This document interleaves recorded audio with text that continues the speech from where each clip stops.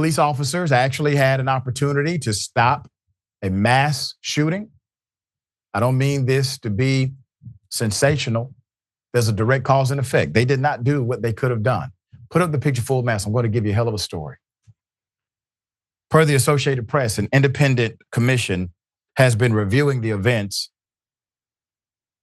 that led to Army reservist Robert Card killing 18 people at a bowling alley and a bar in Lewiston, Maine. This was October 25th, 2023. I know you remember the time.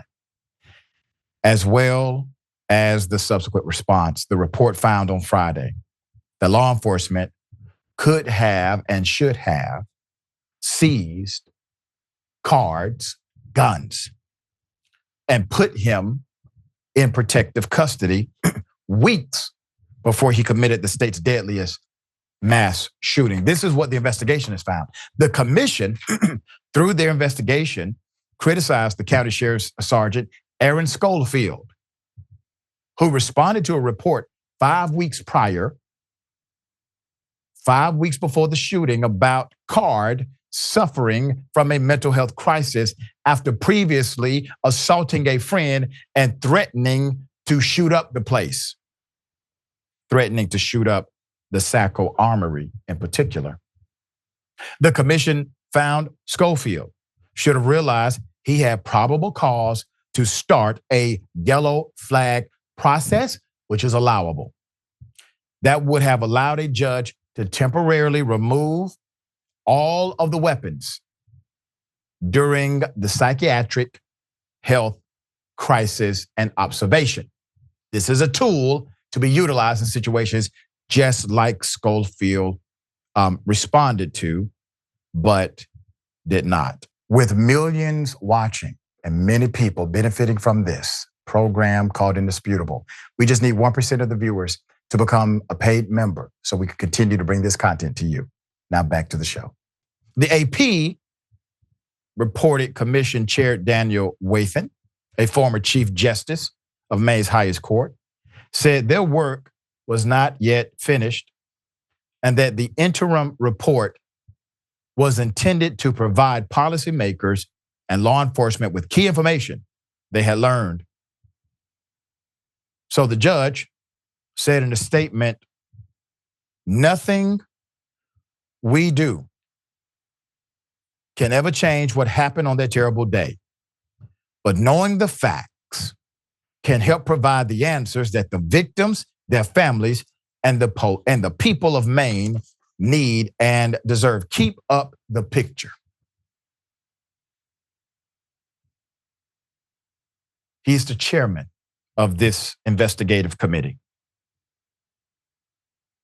He's the former Chief Justice of Maine's highest court. He made the call to release this earlier than anticipated because of the extreme nature of negligence of law enforcement. I would say it for him. And that these facts needed to be on record now. The commission, assembled by Governor Janet Mills and Attorney General Aaron Frey, also includes a former U.S. attorney and the former chief forensic psychologist for the state. You're talking about heavy hitters on this committee. People that know cause and effect, especially in the realm of criminality. There's more. It has held 7 sessions starting in November, hearing from law enforcement, survivors, and victims' family members, and members of the U.S. Army Reserve, as it explored whether anything could have been done to prevent the tragedy and what changes should be made going forward. The commission plans to schedule more meetings.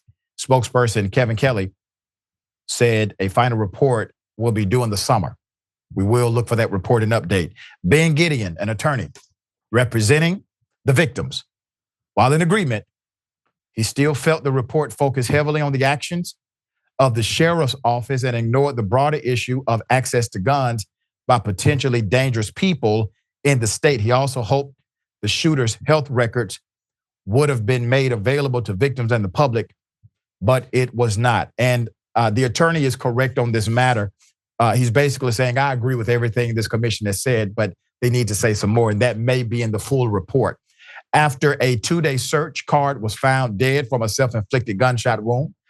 Card was well known to law enforcement, and his family and fellow service members had raised flags about his behavior, mental health, and potential for violence before the shootings. None of that mattered to Officer Skolfield, obviously. In May, family warned police Card had grown paranoid, expressing concerns about his access to guns. Then in July, Card was hospitalized for 2 weeks in a psychiatric unit after shoving a fellow reservist and locking himself in a motel room. Still, the police did not utilize the authority of their yellow flag doctrine. In August, the Army barred him from handling weapons while on duty and declared him non-deployable. And in September, a fellow reservist texted an Army supervisor about his growing concerns about Card, saying, quote, I believe he's going to snap and do a mass shooting, end quote. How many warnings do you need? Law enforcement officials told commission members that Maine's yellow flag law makes it difficult to remove guns from potentially dangerous people. I couldn't get him to the door. I can't make him open the door. This was the excuse from Skolfield, okay? Said of his visit to Card's home for a welfare check in September. If I had kicked in the door, that would have been a violation of the law. In later testimony, those involved in the search for Card in the shooting's aftermath acknowledged potential missed opportunities to find him and end the search that locked down the community and terrified residents. Some of the most emotional testimony came from family members who tearfully described scenes of blood, chaos, and panic, followed by the unfathomable loss. I want to say this about the officer. He's incorrect as it relates to the law. He could have sought a search warrant.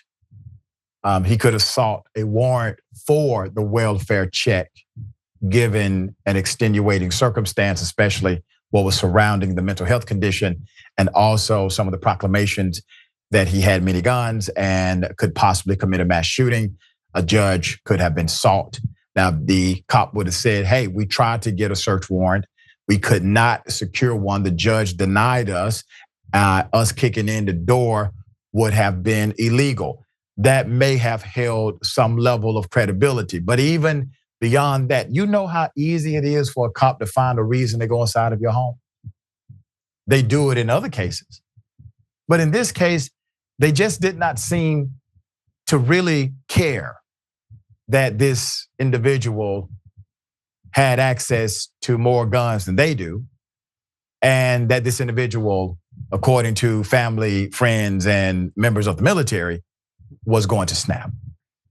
I wonder why. Sharon, what this judge has done, this former judge, I think is very brave and needed. What say you? This is heartbreaking, and it was necessary. This must be done every time. And when you look at, it's just heartbreaking for people. Can you imagine that you've lost a loved one and you find out this nonchalant, cavalier cop? If law enforcement wants special protections, state of mind, whatever it is, it comes with special responsibilities. Yep. I don't think he followed the protocol. And it's dangerous. Something has to be done besides just releasing this. Yeah. I mean, people are dead. And these weak excuses from Skolfield and others in law enforcement, they just don't hold weight. They don't hold weight at all.